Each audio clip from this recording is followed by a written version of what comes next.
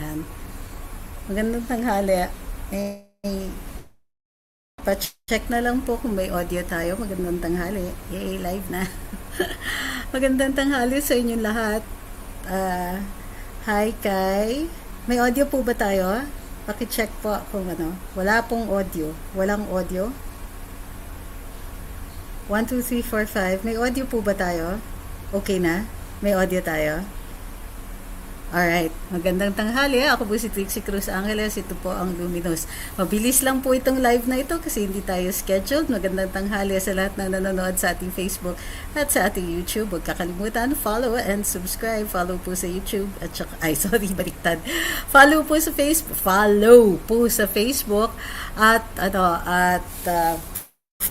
Sa subscribe sa ating YouTube channel. Magandang tanghali. Ito na nangyayari ngayon. Kakatuwa na yan. Ang nangyayari na, obsessed ako dito sa kaso na to. Okay. What's going on? Napatestify dun sa Senado ang isang Crisel Mago. Si Miss Crisel supposedly is an employee of Pharmally at during the course of her testimony, sinasabi nga niya na pinalitan yung tabs, pinalitan yung mga stickers, and so on. And somehow, kasi in court, you cannot use what we call leading questions. Kasi yung question na yon leads you to a particular answer. At minsan, pag hindi ka nag-iisip, yun ang sasagutin mo. So, there was a leading question that was very incriminatory. Kasi ang sabi is, in short, you were swindling the government or scamming the government. Kasi daw, pinapalitan ng Pharmally yung allegedly date of manufacture or expiration date as they interpreted it. Pinalitan nila yung dun sa face shields. Alright. However, is that of any moment? Sumagot na ang DOH about this at sinabi ng DOH, regardless of the manufacturing date, they were all subjected to inspection and they were good to go. Kumbaga, good for use at the moment. Pero as we all know, this kind of statement ay gagamitin para sa whatever purposes, such as but not limited to propaganda. So nakikita na natin pag sinurvey niyo yung news, ilan-ilan na yung mga news stations na nagko-quote ng may mga naggagawa ng statements, halimbawa sa ating mga esteemed na health workers, sinasabi, bakit ganyan? Ano yan? Substandard? Paso na pala? Binibigay ninyo sa amin? Ano bang tingin ninyo sa amin? Yung mga ganyan sort of statements, not a verbatim, hindi ito verbatim. Ang point dito is, hindi siya precise.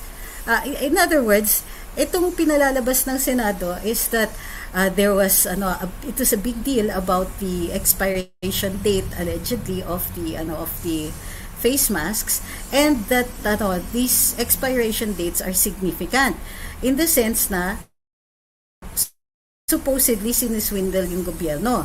However, the DOH says, no, wait. Regardless of manufacturing date yan. And they stated the manufacturing date instead of using the term expiration date. So, ang sinasabi ng DOH, we subjected that to inspection before acceptance. Kasi, para dun sa mga hindi familiar dun sa acquisitions dito sa government, kapag nag-procure kayo, the usual, may bidding, qualifications, and all that. And then, delivery. Pag dineliver, subject to inspection yan. At dalawang nag-i-inspect yan, COA at saka yung agency. Yung COA will be given a sample later on. At titignan nila kung ito nga ay ayon dun sa standards na sinet nung procuring agency at kung ito nga yung ipinangakong i-deliver nung bidder or nung supplier. So in this case, everything passed. Babalik na naman tayo dun sa dati nating formula. Sumunod sa proseso, nag-deliver, nagbayad. Ano yung issue? Hindi lang yon, sumunod sa proseso, nag-deliver, subjected to inspection, accepted, binayad. Again, ano yung issue dito? Ginagawang issue ngayon ng ating mga magigiting na senador at sinasabi nila is, wow, this is a huge anomaly. Parang of the likes na parang Watergate scandal, parang ganon, parang ito na, baka ito ang ikabagsak ng presidente, parang ganun sila mag-act. And it's super exag and it's super OA, nakakairita na minsan. Because this does not serve the public at all. Bakit? All of the things that we do in government service, all of the things that our officials should be doing should be to serve the interests of the public, to serve the interests of the people. Ito bang ginagawa nila? Serves the interests of the people. They have conducted so far 10 and going on 11 hearings. The initial intent of the hearing has already been fulfilled. Tinitignan kung nag-comply itong supplier na ito, kung nasunod yung mga proseso sa procurement. Nakita naman nilang nasunod, but that doesn't satisfy them. They keep digging and digging beyond the point of which they can justify the Senate investigation. Ano pa dito? In the course na dun sa kanilang pilit na paghuhukay ay nag-o-oppress na sila ng kanilang mga resource persons. Itong mga resource persons ay mga tao, may karapatan at to be fair, nagninegosyo lang. So, unfortunately, they are now coming what is clearly a hostage situation. Gusto ng Senado or at least ng ilang mga senador na itong mga executives na ito mag-provide ng testigo laban sa presidente. At least ito na yung nakikita natin. Kasi why single out Pharmally? Pharmally is not the biggest supplier of either face masks or face shields. In fact, sa face masks, allegedly mga 4% lang ang ang pre-provide ng Pharmally. Ano pa? Diba? They're not the biggest, nor were they the only one. There were other suppliers. Pero bakit? Ang Pharmally lang ang parating pinababalik at pinababalik sa Senado at siyang pinag-iinitan. Yes, 25. Itong length of time na ginugugol ng ating magigiting na senador para sa isang hearing na ganito. So, ang motivation, maliwanag, motivation dito, politika na. Does it serve the public interest to keep going on and on and on? Trabaho ba ng Senado na maghanap ng anomalya dito? Trabaho ba ng Senadong imbestigahan yung criminal na aspect dito? In all of these instances, no, hindi nila trabaho ito. Investigating agencies, whether in the office of the Ombudsman or under the DOJ, ay maaaring mag-conduct ng investigasyon na ito. Even better, they're equipped to do that. They're trained to do that. They know what to look for, and they don't have to do it out in public where it does not necessarily serve the public's interest. Because kapag nasa publiko na yan, tapos naghahanap lang kayo and you're using it as a venue para insultuhin yung mga resource persons as proxies for the persons you really want to insult, is this still in the interests of the public? Diba? To what end are we doing this now? It is no longer making any sense. Plus, diba, since they are neither equipped nor trained to conduct an investigation, what they're putting on here is a freak show. But, newsflash, hindi po yung mga resource persons yung freaks na on display. But, what are on display are sometimes acts of petty cruelty. Na po makatarungan, and people are hugely uncomfortable with it. Not only that, it actually outrages some people's sense of justice. Diba? Masyado nang masakit. Masyado nang sarswela. Even worse, it now becomes a venue so that Senator Gordon can evade the tough questions that were in turn tossed to him by the President. Why haven't you submitted financial statements? Why aren't you allowing an audit into Red Cross? Why are you ignoring the fact that there is a very good, solid legal basis for asking for that audit and a good and solid legal basis for asking for the financial statements? What gives? Why are you ignoring all of these things? Diba? In the same way that you're calling into account people who are supposed to be custodians of public funds, the Red Cross as a recipient of public funds must also be a good custodian. And yet, for the very same thing that you have required the resource persons to submit themselves to questioning, Senator Gordon is not doing the same thing for himself. So, what we are seeing here not only is a freak show, but an act of evasion on the part of certain government officials. Evasion of true accountability to the people. Ito, sabi ni Rose Jean Mendoza, they want to create Becoy to destroy Bicoy to destroy the president for elections. Useless na useless ang ginagawa. Parang teleserye. Ang tanong na lang dito is, are the senators who are involved in this, Senator Risa, Senator Gordon, possibly Senator Trilon, Senator Kiko, have they considered the effects of what they're doing? Meron ba silang kumbaga, analysis of whether or not this is doing them any good? Kasi yung iba except possibly Senator Dillon, dahil sinasabi ni Senator Dillon, in all likelihood, hindi na po siya tatakbo for elections, pero posibleng tumanggap siya ng appointive position later on kung kailangan siya ng susunod na gobyerno. But, is that what is happening here? Clearly not, diba? I don't think that the senators involved here are doing any analysis of whether or not they're doing any good. Kumbaga, are they just out there as a wrecking crew? Naninira na lang sila and never mind the cost it is to their own reputations and in fact to the public good. So, seriously, nakakaloka na to. The good things that are happening, Attorney Ferdito Pasio has been retained by Pharmally Executive Lincoln Ong to protect his rights, and Lincoln Ong now knows or to be silent and claim against self-incrimination because he could possibly incriminate himself. Now, the question is, was Miss Crisel advised of such a right that she could remain silent and avoid incriminating herself? Clearly not, diba? Or the senators themselves did not provide her with the kind of advice like, wait, before you answer, you should ask your lawyer. Or, wait, you are going to testify today. Do you understand that you could possibly be asked questions that could be incriminatory in court if a case is actually filed? Have they been doing that? No. Although I must point out, ang ibang mga senador, masinop sila sa karapatan ng mga tao, so inaabisuhan nila, resource persons. May mga maitatanong kami dito. Kasi kung hindi, because Senator Gordon was already asking leading questions. And he was compelling a witness who clearly was afraid of him. Bakit? Diba? Ay, magandang tanghali. May nayata net na puputol ka. Sorry, I missed your point about Attorney Topacio.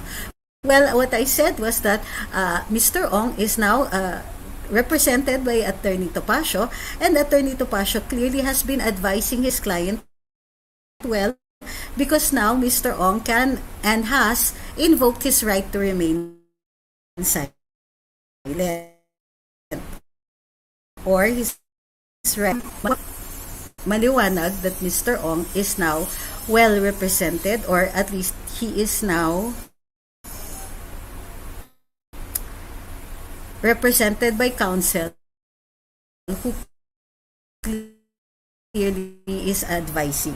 Okay, since marami nang nagre-reklamo na putol-putol yung signal, we're going to cut this short na lang. Hindi na natin pagtsatsagaan masyado kasi tsatsagain ko sana because there are other things I would like to talk about, like Mr. Tulfo and others. But if you're if ba yung signal, kung napuputol, edi puputulin na natin to. I'm going to look at your comments once again, ha. Kung meron pang nagrereklamo na putol, we're going to wrap this up. Tapos siguro bukas na tayo uli maglalay. Tinatanong ni Ma'am Liz Vlogs, Attorney Topacio advises client to invoke the right to remain silent? ?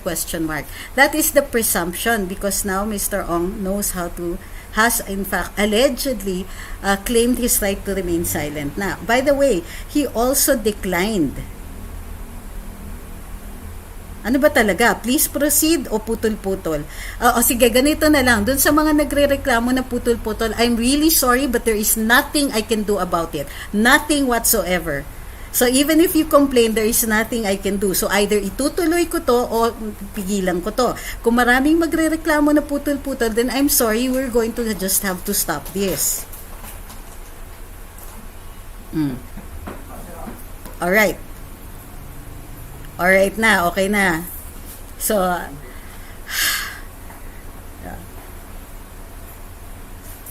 so ano ba talaga? Choppy ba o tuloy lang? Kasi it's distracting, guys. If you're going to tell me, I already see it the first time. Pero kung maraming magsasabi, puputulin ko talaga. Because there's no point.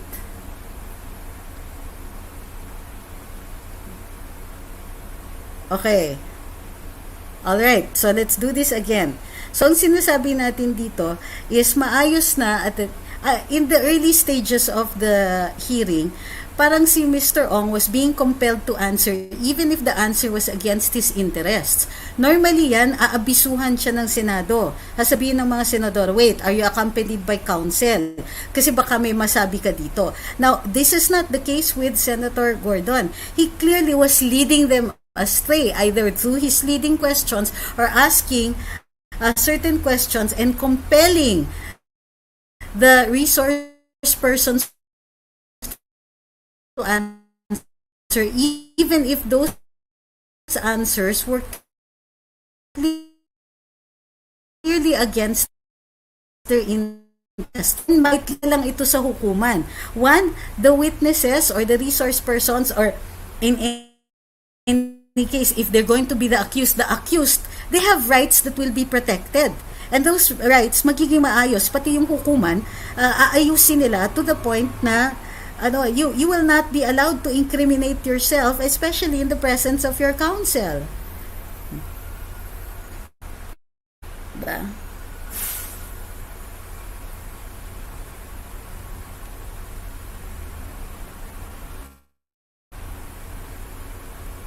Doon sa nagsasabing wag ako magagalit pag may nagsasabing napuputol, hindi ako nagagalit doon. Nagagalit ako doon sa paulit-ulit kasi nakita ko na.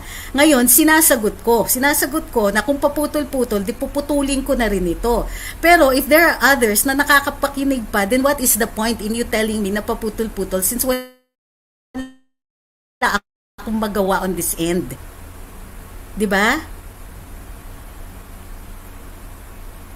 Alright, sabi ni Chev, I don't really like what the Senate is doing right now. Even Attorney Topacio is almost roasted by Dick and Soto just because the former called the Senate hearing as a...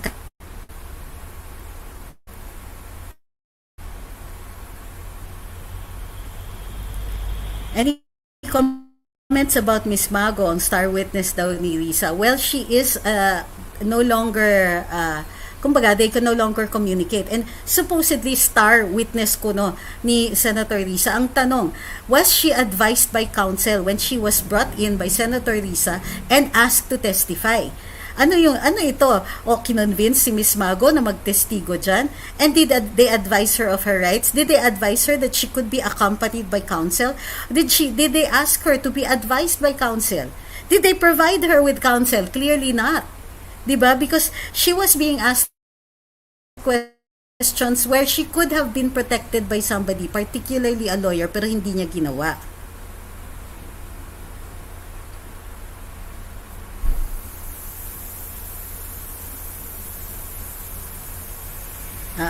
Ito, sabi ni Ma'am Helen Auditor, bakit po gano'n ang mga senador na yan nag-take advantage ng papahiya palibasa, hindi sila pwedeng mabalikan dahil sa immunity?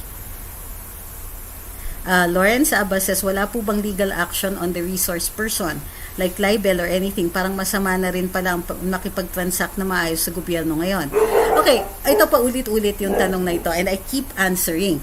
When you ask, wala bang legal action? Ang tatanong ko sa inyo, on what ground? Kasi I understand na nakikita nyo, it outrages your sense of justice, pero the sense of justice can only go so far. You're going to need a ground. If it's a criminal case, you're going to need a crime. Kasi hindi tayo pwedeng maghabla unless a right has been violated. Now, what right is that?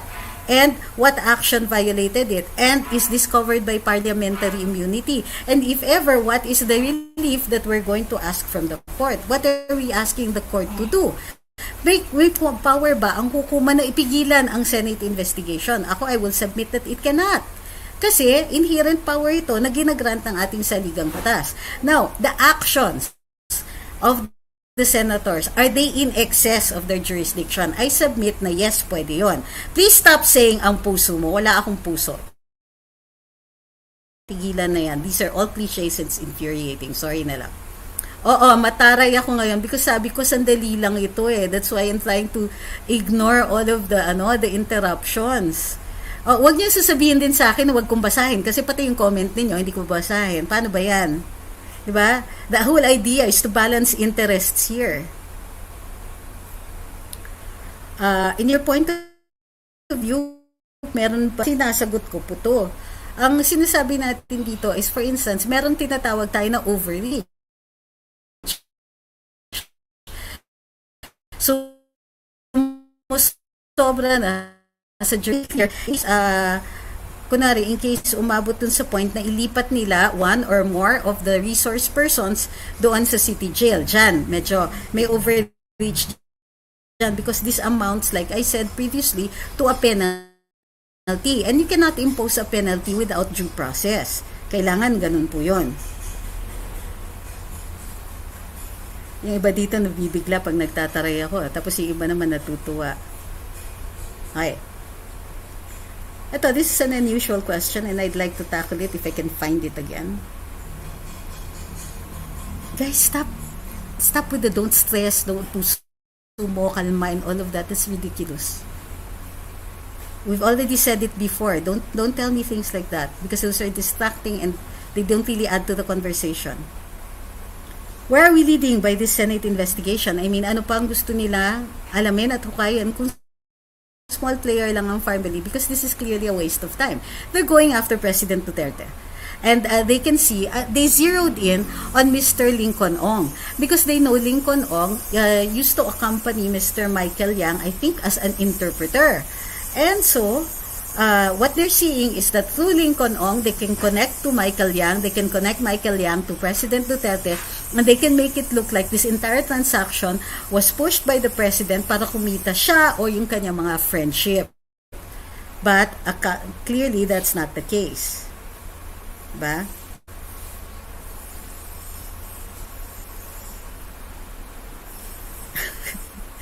Guys, grabe naman kayo. Bakit natutuwa kayo pag nagtataray ako? Kawawa naman yung tinatarayan ko. Ato, may pinalabas na 64 million pesos na anomaly ang Senado. Wait, I have to look at that. Hindi ko pa po nakikita yan. Pag-aralan ko muna, magle-live tayo about that if we find it. Please. Hindi po ba pwedeng baguhin ang Constitution para alisin ng privilege ng mga dapat nga sa totoo lang dapat simpleng tao sila. Some people, kaya nga ako gusto ko yung suggestion ni Attorney Larry. Ang sinasabi ni Attorney Larry, one term lang. Kung senador ka, mag-isang term lang. 'Di ba? One term lang because if you tend to stay in a position for so long, you start to feel entitled and that's really where all the arrogance comes from. John Jason De La Cruz says, is there a way with this Supreme have working Solicitor General? And I think that if he sees that we have recourse to a case before the Supreme Court to try and stop this, he would have done so already. Ako, I do not agree that it is possible to I mean, you can file it with the Supreme Court, but it might be useless. 'Di ba? Kasi baka sabihin ng Supreme Court, hindi, we cannot check the powers of a co-equal branch. We'd be hesitant to do that. Sa palagay ko po, hoax lang na missing si Mago. Sabi ni Ma'am Joyce. That is, I think that at the start, that was the case. I think that at the start, that was the case. No, pinapalabas nila, hala, missing na to. Oh my gosh, siguro diligpit na ito. Yung mga ganyan na klaseng scenario. Yes, I know. Yung mga ganong klaseng scenario. But now, galit yung Senado, which means they have no control over Miss Mago. Ibig sabihin, wala sa kanila. And that's actually why I'm doing this. It's possible that she is somewhere out there and she now knows her rights and she now can be protected by counsel, and it is entirely possible that she is no longer going to play a pawn to the senators who brought her in. So that's the good development here. At first, sinasabi ng mga senador, hala, missing si Miss Mago, baka niligpit. Oh, they didn't actually say that. Pero yung meron ng konting drama na, hala, where is she? We cannot communicate with her. Tapos mamaya sinasabi ni Senator Risa, we are able to communicate with, she's able to communicate with some people, but she's just there. Parang ganon. Tapos ngayon, galit na sila. Papa-aresto na namin itong si Miss Mago because they have lost control. So that's what you're going to look for. Hindi na nila makontrol si Miss Mago, so nagagalit na sila. Bakit sila nagagalit? Pero kasi pwede nang i-clarify ni Miss Mago something that she was unable to do in the Senate.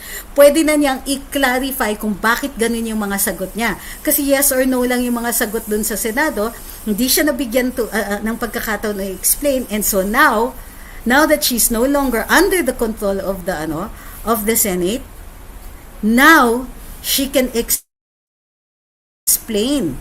And if she is able to explain this, baka mabaliwala yung binibuild up na senaryo ng Senado. Diba? Yun, diba? Sabi ni Ma'am Grace, humingi pa sila sa NBI na makita yung si Miss Mago. Sa totoo lang, diba? O ngayon, kung mahanap, anong gagawin ninyo? Arrestuin niyo siya? Ni wala nga kayong contempt order pa. Ang sinasabi ninyo, if she doesn't show up, if she doesn't answer the calls, then she might be found in contempt. But so far, they have not found her in contempt. Nagbabaka sakali sila na either, it's explainable. But creeping up onto them is the sneaking suspicion that Miss Mago is now in capable hands. Kumbaga, Miss Mago has now sought good advice. Yung Ma'am Gigi, ang galing. Sabi niya, anong binibuild up ng Senado? Expiry of a plastic face shield. I love it when you're sarcastic like that. Ito, Vibrant Villagracia says, drama lang talaga ang teleserye at Senado. Ito, Jamie Moore says, I think Miss Mago is advised by her counsel not to listen and not be afraid of Dracula Gordon's control and bullying. Okay. Pinapublish ba ang mga accomplishments ng mga senador? Nakikita ko lang kasi mga salin nila. Well, syempre yabangan naman yan. They do make it public. Pero of course, kinocurate naman nila kung ano yung mga accomplishments nila, di ba? Bakit po pinatagal nilang hearing sa Senado? Sayang ang oras. Ay, para sa kanila, hindi sayang yon, di ba? Si Gordon kaya madaming nagawang batas, wala akong maalala sa tinagal-tagal niya sa Senado. Baka meron po kayong ma-share. Well, makikita naman yan dun sa Senate website. In fairness, madali maghanap doon. Di ba pwedeng makialam ang Senate President on Gordon's decision to transfer Pharmally rep to Pasay City? Sa totoo lang, ang ayon naman yung mga senador dun sa paglipat kay Lincoln sa City Jail. Wala din akong naririnig na pagtutol ni Senator Bato. So, I want to figure out, di ba? Kasi, ang alam niyo, sa totoo lang, yung parang chamber courtesy ng mga senador, they're supposed to respect each other. So, kahit may valid ground sila to call out each other, hindi nila gagawin. Old Boys Club yan. Pa-shoutout kami dito sa Suwon, South Korea. Malapit sa Salaminan, dito sa South Korea. Hi! Sa mga nasa South Korea. Team South Korea. Okay, last, wrap up natin. So, the disappearance of Miss Mago is no longer conforming to the narrative of the Senate or the senators. Diba? Nung una, ay, nawawala siya, drama, oy. Ngayon, galit na. And when they're angry, you know that this has gone out of their control. And once it has gone out of their control, alam na natin that Miss Mago probably has sought the advice of counsel. The situation is fluid. This can all still change. But the other thing to look at is this one. On the display on our screen, Mr. Lincoln has declined to go to the executive session. Sabi ni Senator Gordon, oh, you want an executive session? Pero the way he was acting later on, it was as though si Mr. Ong yung humihingi ng executive session. Kaya tignan mo, sinasabi niya, I don't need you, you need us. Kailangan mo, dapat humihingi ka nga ng executive session. At doon ikwento ninyo kung anong relasyon ni ni President Duterte dito sa Pharmally at saka kay Mr. Yang and so on. Why would Mr. Ong do that if there is no case to begin with? Wala naman talaga. Anong connection? Anong ite-testify niya? Kumbaga, matagal nang maliwanag dito sa mga senador na he's not going to say anything like that because according to him na there's no such thing. So, pinipilit nila. Ito ngayon ang magiging dapat nating bantayan. Did any of the senators compel testimony where the witness or the resource person is forced to lie? Now, if the resource person has been forced to lie by any of the senators, that would be perjury. Yes. Alright? Maraming salamat. I have another meeting, so maraming salamat. That's why mainit ang ulo ko pag nai-interrupt ako. Say hi to Satan. Hello. Maraming salamat dun sa pagsubaybay dito sa live natin sa Pharmally kasi may mga chika akong naririnig na may lalabas eh. So maraming salamat. Thank you very much dun sa nagpadala ng super chat. Huwag pong kakalimutan mag-like, follow, share, and subscribe. Ayan. Tingnan natin. So yung ayan, sabi ni Jolo Evans, forced to lie yun. Ayan. Maraming salamat. We'll see you again later. Magpo-post pa rin tayo as soon as there are any updates on the matter. Tapos mamaya, if may time tayo mag-live, let's talk about Mr. Tulfo. But we'll be kind, ha? Kasi nagagalit siya, binababoy siya. Let's be kind. Alright?